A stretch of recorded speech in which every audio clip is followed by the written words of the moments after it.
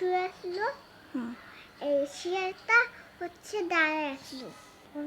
এই এই এই এই এই মাংকিগুলা রুটি খাইতেছো, এই তারপর দুইটা এক টান্না টান্না রুটি খাইতে দিতাম।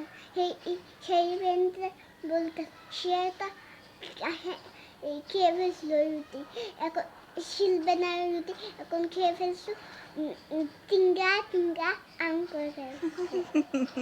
আবার তুমি বলো। তারপর আবার টিঙ্গা টিঙ্গা করে রুটিগুলো খেয়ে ফেলছে, তারপর কি করছে?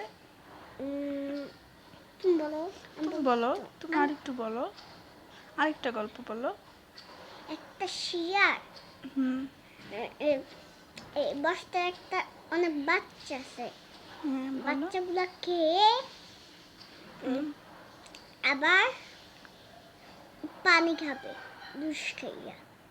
তারপর আর একটা একটা এই একটা বান্দর মাংকি রুটি খাবে, রুটি খাইয়ে পানি খাবে, দুধ খাবে, জুস খাবে।